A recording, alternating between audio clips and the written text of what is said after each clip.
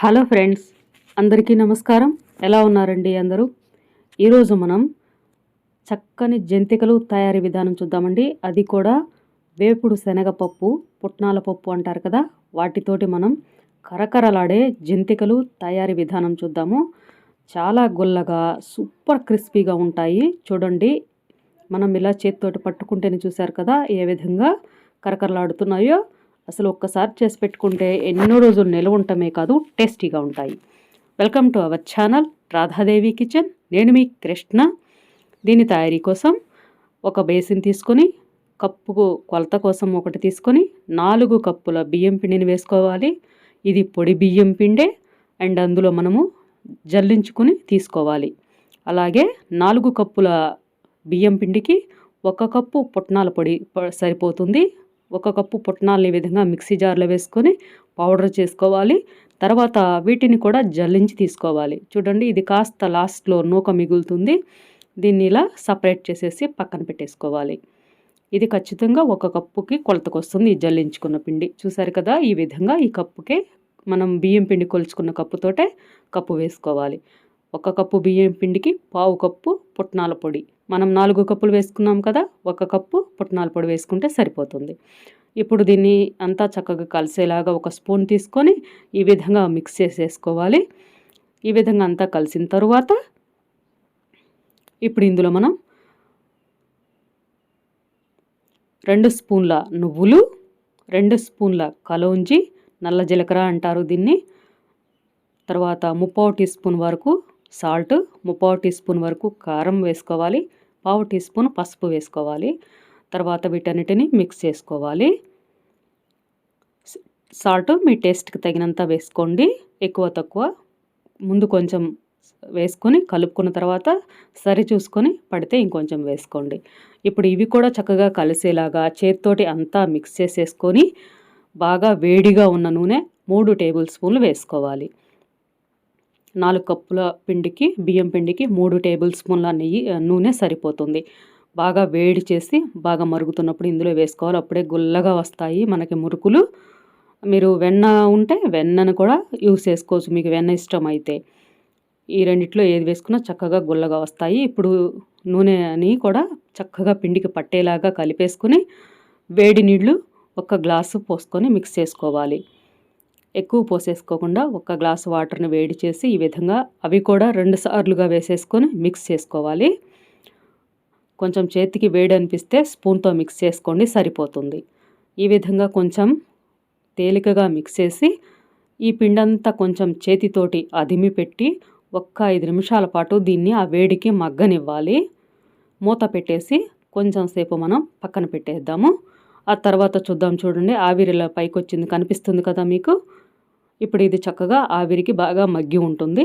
ఇప్పుడు దీన్ని మూత తీసేసి చక్కగా మరలా మిక్స్ చేసుకొని ఇప్పుడు చక్కగా చన్నీళ్ళు పోసుకొని మిక్స్ చేసుకోవాలి. ఇప్పుడే ఒకసారి సాల్ట్ కారం చెక్ చేసుకొని పడితే అడ్జస్ట్ చేసుకుని ఇప్పుడు చక్కగా పిండిని కలుపుకోవాలి. కొంచెం కొంచెంగా నీళ్లు వేసుకొని చక్కగా మర్దన చేస్తూ ఈ పిండిని ఇలా కలిపి ఉంచుకోవాలి. చూసారు కదా, ఇలా కలుపుకోవాలి. లాస్ట్లో మనకి కూడా కొంచెం వాటర్ పడతాయి. పిండి కన్సిస్టెన్సీని చూడండి, మనం వేలితో ఇలా నొక్కితే మృదువుగా కనిపించాలి. చేత్తో చూడండి, ఇలా పట్టుకుంటే సాఫ్ట్గా ఉండాలి. ఇలా కలుపుకోవాలి. తర్వాత దీన్ని ఇదంతా ఒక చోటకి చేర్చేసుకొని ప్లేట్తో ఇలా కవర్ చేసేసుకోవాలి, పిండి ఆరిపోకుండా. తర్వాత జంతికల గొట్టం తీసుకొని 3 హోల్స్ ఉన్న ప్లేట్ని ఈ విధంగా సెట్ చేసుకొని కొంచెం ఆయిల్ అప్లై చేసేసుకోవాలి. ఫస్ట్ టైం ఒక్కసారి అప్లై చేసుకుంటే సరిపోతుంది.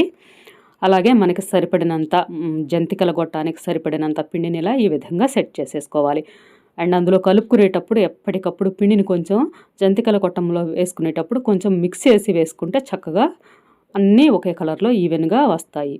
తర్వాత మనం ఈ విధంగా జాలిగరిటెని వెనక వైపుకు తిప్పి కొంచెం నూనెని అప్లై చేసేసి ఈ విధంగా జంతికలాగా మురుకులు గొట్టంలోంచి ఈ విధంగా డ్రాప్ చేసేయాలి. చాలా ఈజీ ప్రాసెస్ ఇది. ఇప్పుడు ఇలా తయారు చేసి పెట్టుకొని వీటిని ఫ్రై చేద్దాం. చలో, స్టవ్ వెలిగించుకొని ప్యాన్ పెట్టుకొని కాస్త వెడల్పుగా మందంగా ఉన్న ప్యాన్ పెట్టుకొని సరిపడినంత ఆయిల్ వేసుకొని మనం తయారు చేసిన జంతికని ఈ విధంగా వేసుకోవాలి. ప్యాన్కి సరిపడినన్ని మాత్రమే వేసుకోవాలి, ఎక్కువగా లోడ్ చేయకూడదు. ఈ ప్యాన్కి 3 సరిపోయాయి. ఈ విధంగా వేసుకొని చక్కగా వీటిని వేయించాలి. ఇవి వేయగానే వెంటనే గరిట పెట్టి కలపకూడదు. కొంచెం 2-3 నిమిషాల పాటు మీడియం ఫ్లేమ్లో వేగిన తర్వాత రెండో వైపుకి టర్న్ చేసేసుకొని రెండో వైపు కూడా వేగిన తర్వాత చక్కగా వీటిని తీసేసుకోవాలి. ఇవి ఆయిల్ కూడా ఏమీ పెద్దగా పీల్చవండి. చక్కగా మనం వేడి నూనె వేసాం కదా, బాగా గుల్లగా వస్తాయి. ఆయిల్ కూడా తక్కువ పీలుస్తుంది. చూడండి, ఈ విధంగా వచ్చే వరకు వేయించుకొని తీసుకోవాలి. కలర్ చూసారు కదా, ఈ విధంగా రావాలి మనకి. తర్వాత వీటిని మనం ఒక బేసిన్లోకి తీసేసుకోవాలి. తర్వాత రెండవ వాయికి వేసుకునేటప్పుడు కొద్దిగా ఆయిల్ని హీట్ అవ్వనిచ్చి అప్పుడు మరొక జంతికని ఈ విధంగా వేసుకోవాలి.